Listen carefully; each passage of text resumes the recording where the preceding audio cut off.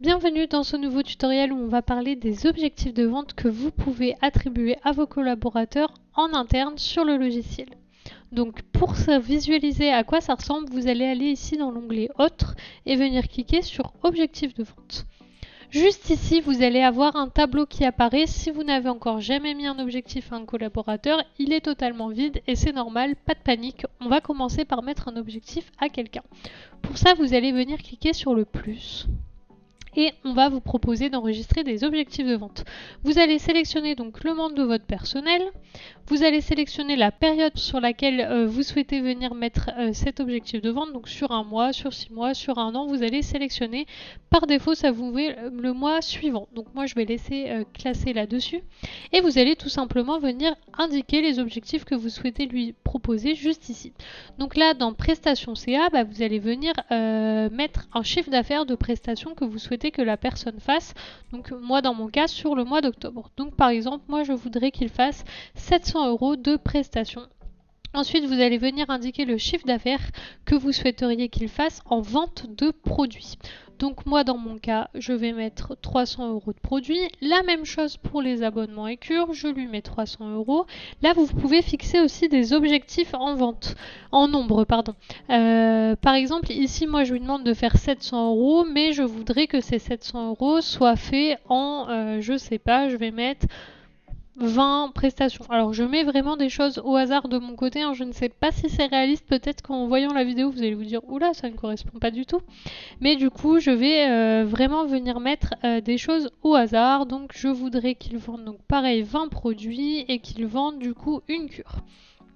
Vous allez pouvoir mettre un chiffre d'affaires total. Alors dans la logique, si vous suivez votre logique, l'objectif de chiffre d'affaires total est égal au moins aux chiffres d'affaires qui sont juste au-dessus. Donc moi dans mon cas j'ai 700 plus 300 ça fait du coup 1000 € et donc ça fait 1300. Alors moi je vais partir du principe qu'il peut vendre 2-3 trucs à côté qui ne sont pas ici, donc du coup je vais lui mettre un objectif total à 1500. Une fois que c'est fait, vous validez juste ici et vous voyez bien qu'on retrouve les objectifs de mon collègue, de mon collaborateur, donc avec la date de début, la date de fin, la personne que ça concerne, l'objectif en question, l'objectif des produits, l'objectif des abonnements, et là si vous continuez à dérouler, on voit le chiffre. Et en fait, tout simplement, au cours de la période, donc à partir du 1er octobre dans notre cas, dès que le collaborateur va venir faire quelque chose, va venir enregistrer une vente de prestations par exemple, en fait ça va venir se placer ici. Donc on va pouvoir voir la différence entre l'objectif et le réel au fur et à mesure, et on voit que vous aurez une petite coche juste à côté en disant objectif atteint ou objectif non atteint. Donc ici au niveau de l'affichage vous allez pouvoir venir trier pour n'afficher les objectifs que d'un seul membre du personnel si vous le souhaitez, et changer la date comme on a pu le voir ailleurs dans le logiciel. Donc l'affichage, la date, vous pouvez soit choisir une plage, soit choisir une période prédéfinie. Donc comment ça fonctionne? En fait vous allez pouvoir mettre les objectifs et que la personne vienne visualiser au fur et à mesure où est-ce qu'elle en est de ses objectifs. Donc pour ça, vous cliquez sur le petit plus qui est juste ici donc pour ajouter un objectif. Ensuite, vous avez un autre bouton qui vous permet de dupliquer les objectifs de vente sur une autre période.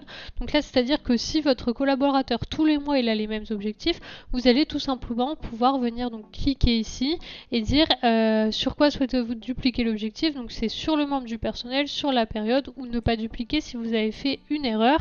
Donc du coup, vous cliquez, vous choisissez ce que vous voulez. Et en fait là, vous voyez, il me met exactement les mêmes objectifs que je pourrais mettre à quelqu'un d'autre, ou alors que je peux tout simplement changer de date. Donc là je vais lui dire que ça je veux les mêmes objectifs donc pour le 30 novembre et je valide, et en fait vous voyez ça se crée automatiquement, je n'ai pas toutes les infos à re-rentrer.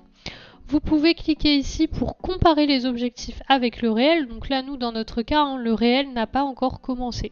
Donc, je peux peut-être essayer de dupliquer un objectif sur mon collaborateur, mais en le mettant sur le mois de septembre, pour qu'il puisse venir me faire une comparaison. Donc hop, ici j'ai bien mis, je vais venir faire une comparaison. Et vous voyez, donc là il me prend, donc il me dit attention, la période n'est pas terminée puisqu'il s'agit d'une période. Et par exemple là vous voyez, je retrouve bien donc l'objectif en question avec le réel ici. Et donc dans le cas de mon collaborateur, rien n'est atteint, ce qui ne serait pas choquant si c'était réel puisque on n'est qu'à la moitié du mois. Mais en tout cas, vous pouvez comparer comme ceci. Ici, vous allez pouvoir donc en sélectionnant un objectif venir le modifier. Juste ici, vous allez pouvoir recalculer le réel par rapport aux objectifs de vente sélectionnés, supprimer un objectif et venir regarder la vidéo tutoriel qui concerne les objectifs de vente juste ici. Donc voilà comment se présentent les objectifs de vente sur le logiciel. N'hésitez pas à en fixer à vos collaborateurs, ça peut être très intéressant pour pouvoir les objectiver derrière et les motiver au quotidien. Si on a une petite prime à la fin du mois, c'est toujours bien plus intéressant pour eux. Et donc j'espère que c'est clair pour vous et n'hésitez pas à passer à la suite de la formation en faisant bien sûr les exercices qu'on vous a proposés.